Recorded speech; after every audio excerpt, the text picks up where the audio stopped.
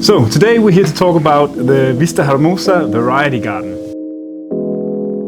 And I'm joined here with Samuel, who's the country responsible for Guatemala. And what do we got here? Yeah, what we got a box of something really exciting from Vista Hermosa, which is a farm situated in Huehuetenango in Guatemala. It's one of the first farms we started to buy from back in 2007. And we've stuck with them ever since because they're doing an excellent job and it's a huge pleasure to work with them. So how did this project start? Why did they start up this variety garden? I mean, they started it for different reasons. One reason would be they just wanted to explore what's the potential of the flavor profile and so on. And they want to dwell deeper into seeing the resistance and the susceptibility to diseases, climatic changes and so on for the different varieties, and also the yield size. I mean, they are producers, so they have to take all these factors into consideration. The flavor, the diseases, climatic changes and yield size and so on. Yeah. And then also because they do love coffee, so they are curious about what's out there, how is the flavor and how would the flavor be in this region and so on. And one huge thing for us, and that really consolidates and shows the relationship we have with Finca Vista Hermosa, is that we are the only ones who have this of all of their clients. And we've had this is the third year we have it, and we have exclusivity on it like that, which is a huge honor to be able to present this.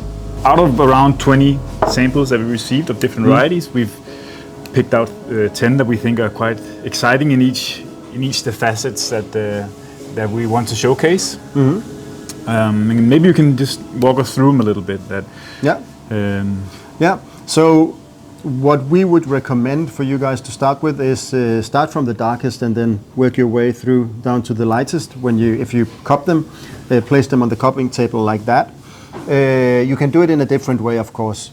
But the initial idea for us has been that with the darkest, it's not because it's darker roasted. We are aiming for exactly the same roast degree, which is, those of you who know roasting, it's going to be quite difficult due to the different varieties and they react differently in the roaster. But so with the Sachimor, the San Ramon, you get coffees that are a little bit more rough on the edges because they have some Robusta in them. There is a great span on, let's say, from complexity and fruitiness to something more rough, maybe a little bit more earthy and so on. So, and then from these we move down to Bourbon, Typica, where you get pure Arabica coffees. All of these are pure Arabica coffees. And it's going to be more clean, more fruity, more balanced and so on. And then as you go longer, you get a little bit more complexity, a little bit more high notes, could be some florality, some fruits and so on. So this Anacafe 14 is quite unique. This is developed by Anacafe, which is Guatemala's internal specialty coffee association that also helps producers and so on. Then we go to these varieties. All of these are known for being quite big, especially the Maragoship and the Pacamara. They have quite distinct flavor profiles. And in the end, you end up with the geisha. When we do the selection process with coffees like this, it's not just trying to pick the most exciting coffees. It's again to try to show variety in different coffees.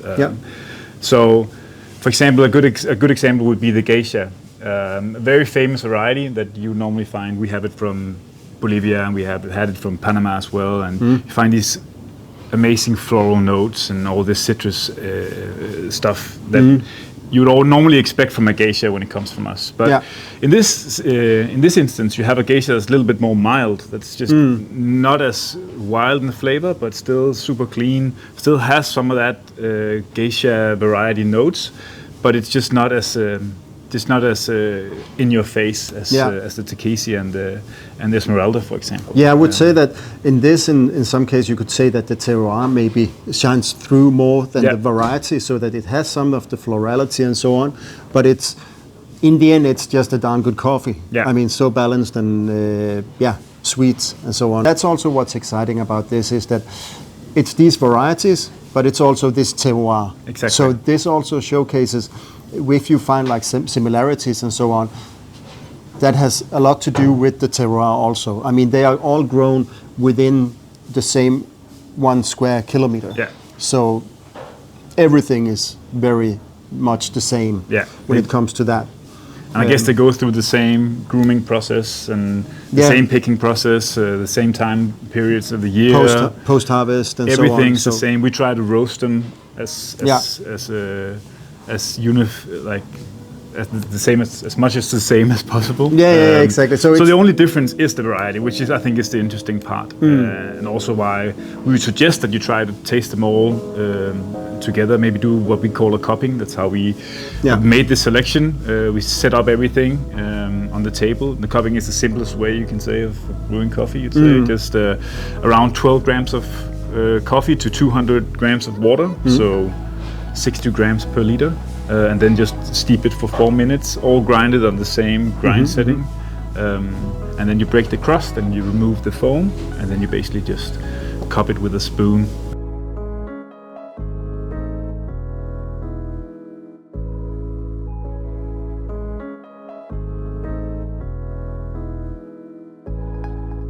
That way you'll be able to differentiate between the different varieties, and it'll be very, very clear, I think, for everyone.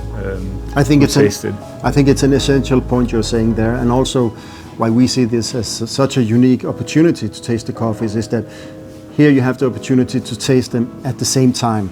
So often when we get coffees and so on, we don't have the opportunity to do it at the same time and really compare them. So if you purchase this box, with it you'll get a little info sheet, of course, explaining a little bit about the history behind it, who Edwin Martinez is and his family, and the farm of Vista Hermosa. But you'll also get a few facts about each variety and a couple of flavor notes. They are not, end all be all, but it can help you guide you along what you can expect from each coffee.